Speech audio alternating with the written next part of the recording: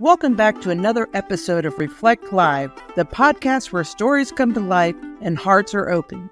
I'm your host, Michelle. Here in Reflect Live, we offer a platform for people from all walks of life to share their experiences, their triumphs, and their challenges. It's a space where people thrive and connections are made through the power of storytelling. And today we have something truly special in store for you. So grab your favorite beverage, find a cozy spot, and let's dive into another episode of Reflect Live. Get ready to be inspired, moved, and maybe even crack a smile or two. This is Reflect Live with Michelle. Hi, you've reached Michelle with Reflect Live podcast, and I have Andrea Zavala with me today. How are you doing, Andrea? Oh, I'm doing good. How are you? Good. It's really early for you, isn't it? A little bit. It's 6, so it's decent, I guess. People get up at this. It's Vegas. There's people up 24 hours. Yeah, So that's true. That's true. Well, thank you so much for coming on. Andrea is going to talk about her story. She has went physical and mental abuse to going to college when she's pregnant, getting an Emmy, working at news broadcast, and doing a podcast and just all kinds of stuff. So I'm so looking forward to your story and sharing it with. So thank you for doing that. Oh, yeah. Thank you for having me on so I can share my story. Absolutely. So do you want to start back when you're in college and you met the man of your dreams, so to speak? Oh, yes. So I actually went through 2 abusive relationships that were both kind of crazy. But so in college, I was a film major and I started dating one of my best friends from like high school. He was a little bit older than the group, but he hung out with the same crowd. And while I was dating him and going to school, I got pregnant with my beautiful son, Lyric, who he's 15 now and he's deaf. So we do sign language. But I remember I always had such a drive. So my mom she got pregnant very young. And a lot of people in my family got pregnant when they were in high school and they ended up not going to college or doing anything with their lives. And I was very determined for that to not be me, if not just for my own future, but to let it be an example for my children that, hey, you can't let anything stop you ever, no matter what. So I kept going to school. I kept working full time and I went ahead and I got my degree with my kid on my hip and I turned it into, yes, I got an Emmy while I was working at a local news station, which is cool. But while I was in that relationship, at first I didn't know it was abuse because in my mind, I had grown around a lot of abuse. My family, they were in a lot of abusive relationships I witnessed. They were physically abused by their father growing up. So it wasn't out of the norm for me. So for me, I thought abuse at the time, because I was like 20, 21, I thought it was physical abuse. I never thought about the mental abuse aspect. So because he wasn't hitting me, were you abused growing up? No, my mom, luckily, she was the sane one out of her family. Good. But the rest of my cousins, they went through the ringer with their siblings, with whoever their mom married. I was there one time when their dad got physically abusive with them. I was like 13. So I witnessed some things, though. I was around when stuff was happening. But that relationship was more of like the typical, he was a narcissist. Obviously, he hasn't gone to get therapy. So this is just my diagnosis for him. He says Mr. Beast is coming to his house and then he's just a little. And he was cheating a lot. When you refer to narcissists, maybe people know what that means or they have their own definition. What's your definition of it? So I try to go by the typical standards of what constitutes narcissistic personality. So it's the delusions of grandeur that come with it, how they deflect, the Darvo method they use a lot. They deflect, they attack, they reverse victim, and then they go ahead and you're all of a sudden you're the. So he would use a lot of that financial. And he was just very selfish. Like I said, the delusions of grandeur. He still will send weird, because we have kids together. So he'll accidentally send me pictures of girls dating.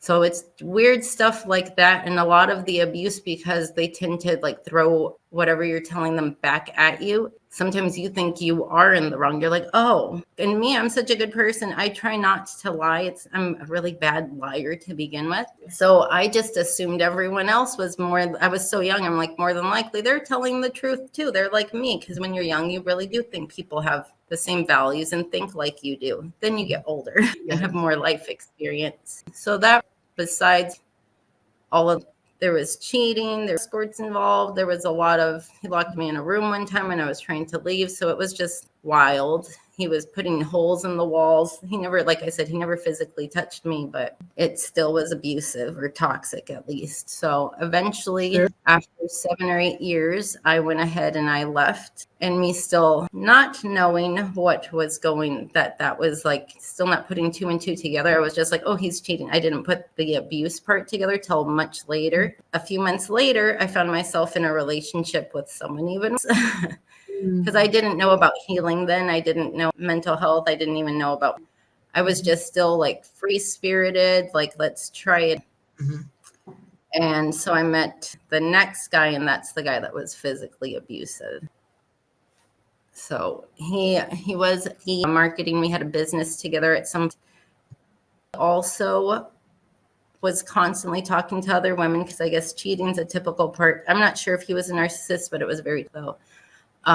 He lied about all kinds of stuff. Financial abuse. He wasn't working the first few years. He would take my paychecks and gamble them, because it's Vegas, baby. So he would gamble all the money away. We had to live in a car at some point, so I couldn't see my kids for a little bit. Yeah, you had to live in pretty what? bad. And we had to live in my car for a little bit because he wasn't working, and then so he kept getting us evicted, because even if we had a roommate's money to cover rent, he would gamble their money. Then, you can't live somewhere if you want rent.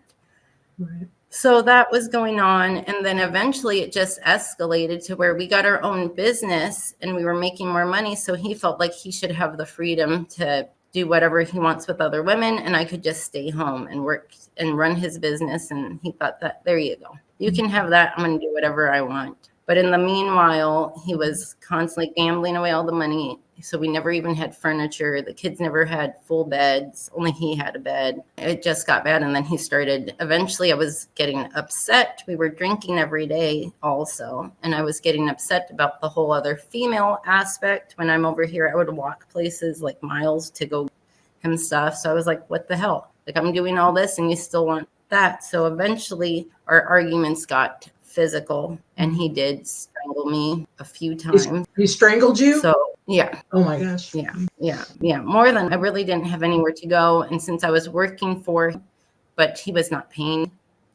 He was paying our rent and stuff, but he wasn't paying, like, I wasn't getting any paychecks. So I was essentially working for free. So I didn't have anywhere to go. My mom, she's not the type, they didn't want any trouble in case he got extra crazy. So they didn't feel it was safe to have me stay there, because they weren't sure about him. If they're like, well, if he's strangling you, they're like, we don't want that drama, just in case, because they had grown up seeing so much abuse. They knew that sometimes it goes back and forth, and they were like, we're not trying to deal with that right now. We're older, like, very sorry. So I really didn't have anywhere to go. So I stayed for like another 2 years. And then eventually I was able to get a job and get out. And so that whole thing really spurred me into the mental health industry. So I was doing filmmaking. I still do. I plan on starting a videography business at the end of this year once I've saved up enough money. But that's really what spurred my whole mental health journey, was both of those relationships, especially the last one. So I started life coaching for a little bit,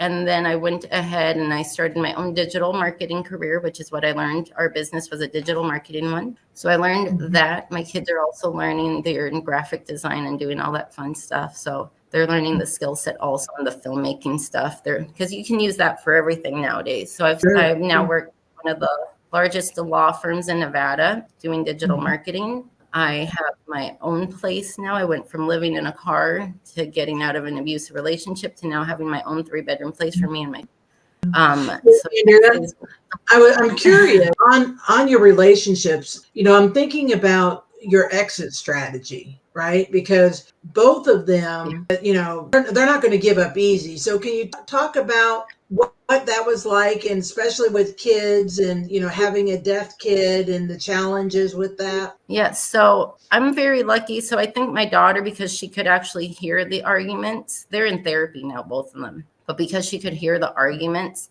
it affected her a little more. My son, he couldn't really hear a lot of all the crazy stuff. So unless he saw it, he didn't know what was happening. So he doesn't, like my daughter now, she has generalized anxiety. And I think maybe it was in part due to that. She's 11. But my son, he's so normal. He's such an amazing child. He wants to be a farmer, wants to be the deaf. Yeah, I know, he's great. But as far as exit strategy, I got very in the fact that both of they let me, neither one of them, because of other one, he wasn't physically abusive. Obviously, he did not want me to leave, but he wasn't going to stop me either. His mom lived with him at the time also. So there were other dynamics keeping him from getting kind of crazy about it. Plus, he doesn't like getting in trouble, like with the law and stuff. He's not like that. So he doesn't do drugs. He didn't make the kids.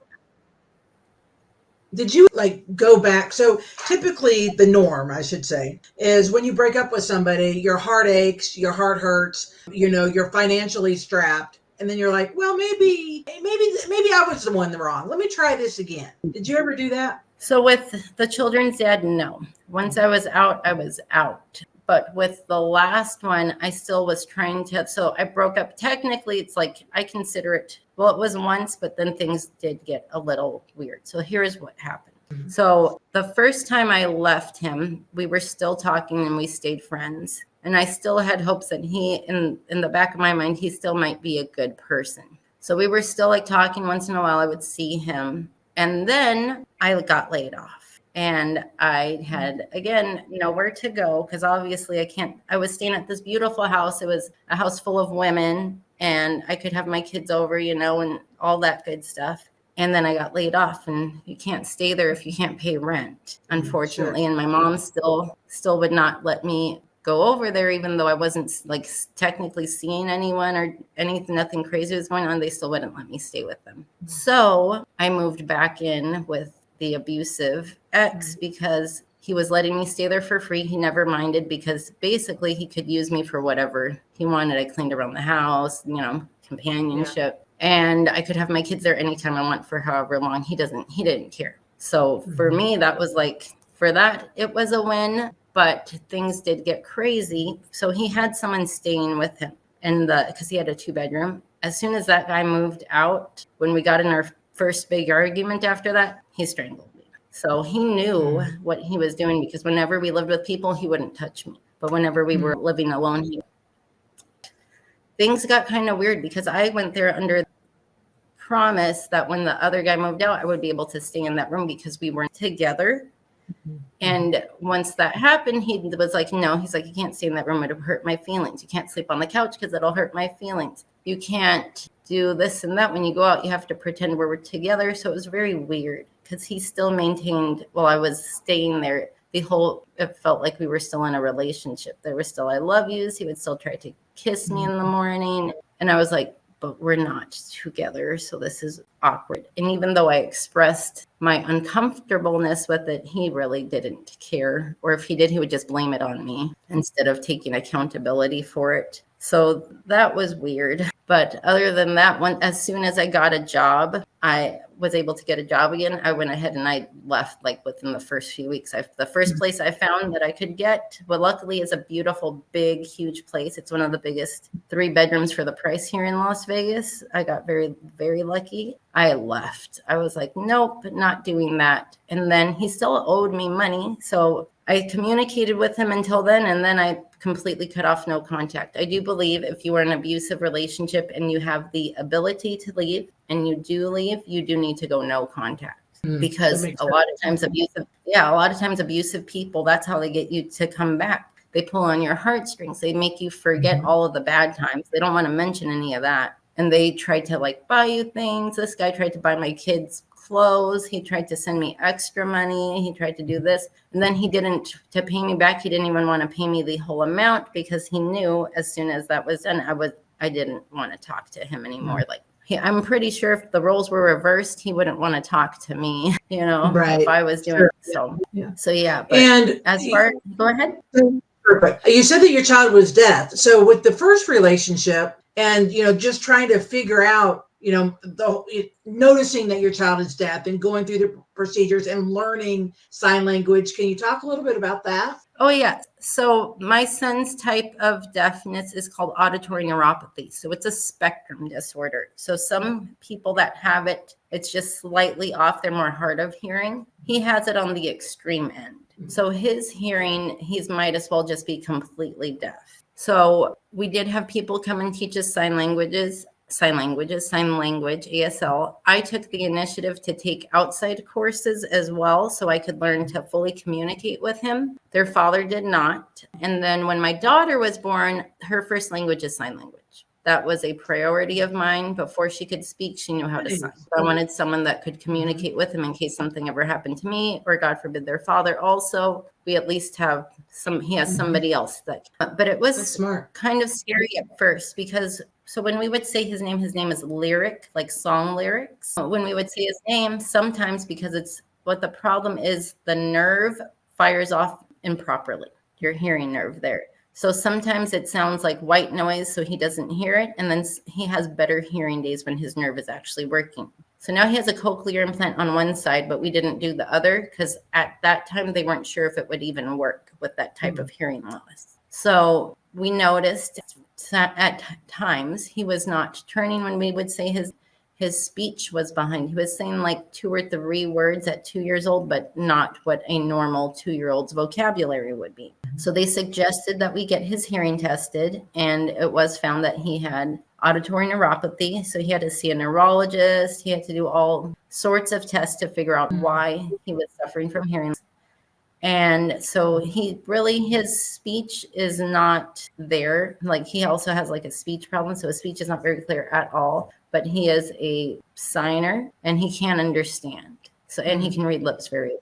Wow. I can't even, I'm putting myself in your shoes and you're dealing with the narcissist, with the young baby and trying to figure out, how can I help my child here? How can I learn sign language? How can I be, the devoted mom to my kids while going to school? I'm just thinking, how did you keep yourself sane?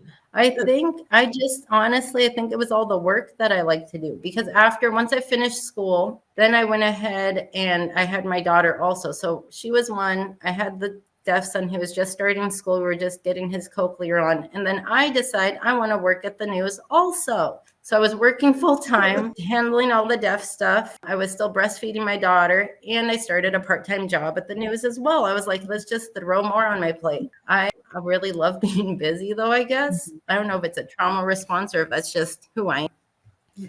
But it ended up working out because within 6 months, they promoted me to full-time and to a higher because I was such a hard worker. That was what I wanted to do. I have a film degree. So it was like the closest thing at the time in Vegas was news production. So I was like, I'm going. So I went ahead and I did it and I got the job and I moved up before people that had actual news production experience because I was gung-ho very dedicated, hard.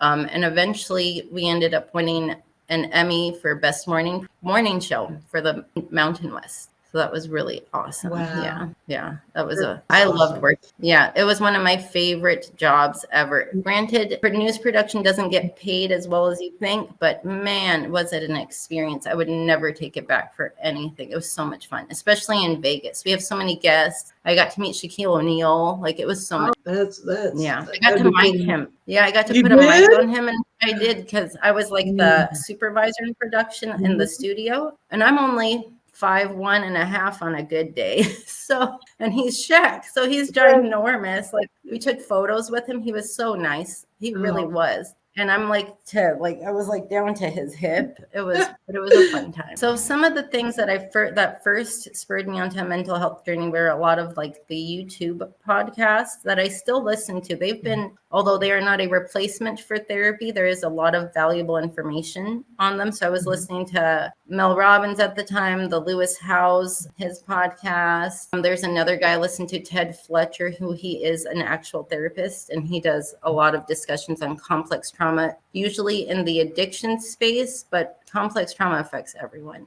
So, and that's a topic I'm very passionate about. And all of that, I learned meditation. I started learning about DBT, so different treatments. Like basically, I took myself to psychiatry without the degree. So for the last like 2 or 3 years, I've been getting books. There's another book that I love, The Body Keeps the Score. It's an amazing book he's a therapist and a researcher, and he started studying trauma therapy and PTSD before it was even diagnosed. That's how long he's been in the game. So since the 60s, since before it was even a thing, he was one of the people that helped to spur all of that. So now he works on complex trauma patients, and it talks about all the different ways it affects your brain, how it affects your body. There's case studies in there, and they also talk about the different treatment options as well that are out there today, and some of the newer ones that they're working to incorporate. So that's been my journey, and I fell in love with the whole topic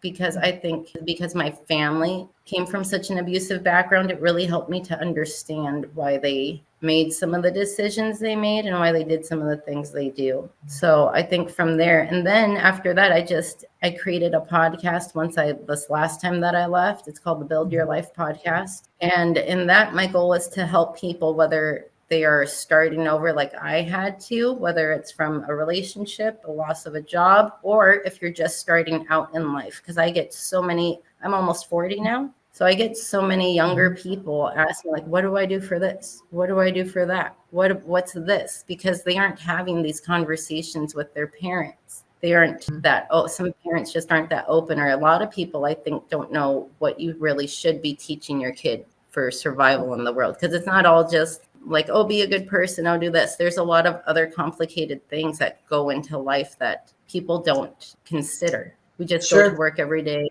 this and that, and we don't think about our mental health. We don't think about what really goes into choosing the right partner for yourself, or what goes into really like taking care of yourself. What is self-care? Like the not real self-care, not like bath bombs and the whole thing, like really taking care of yourself. This is the only life that we know of that we have. So you want to do the best you can with. What would be some recommendations for self-care? For self-care, I think everyone needs a little bit of alone time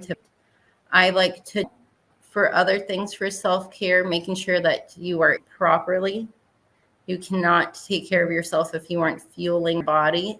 I do believe in having a little bit of if you can, a little bit of a workout routine, because it does help. Like nothing intense, like just get out of the house and walk sometimes, because I know here in Vegas right now, it's not the season for that. It's like 110 yesterday. But just getting some sort of getting yourself moving is very good for your body. It's good for your brain. It's good for a lot of things. So just a little bit here and there, what you can. Just start where you're at. You don't have to do a whole thing. I say I love working out for me to keep my mental health active, because I lost 50 pounds. I used to weigh more, and I lost it just doing at-home stuff and just watching what I eat more. So now I'm able to maintain it. Like I can still have like dessert at night. I don't restrict myself that much, but it put me in the mindset that I try to take care of me and what I do the best I can, so that way I can be the best for my kids. And I have been teaching them that also. You should always, I know, especially for women, it sounds like radical, like put yourself first. We are not taught to do that. Even when it comes to your children, you still need to put yourself first, because how can you take care of them if you're in the dumps? Sure. And what are you teaching them? If they see you doing that, you're just teaching them to do the same thing. So I think those are some great self-care tips. And, just taking time to find one thing that you love that helps with, even if you suck at it. Like if it's art that helps you get your emotions out, go ahead and try it. We're not asking you to be great. It's just something for fun for you. Just something that helps you at the end of the day unwind and release things. And therapy, if you can afford it, if your insurance will cover it, go to therapy. It's always good to talk to someone to help you unravel your thoughts, and just to, even if you don't have any mental health problems, it's good to just talk to somebody that is not judging you.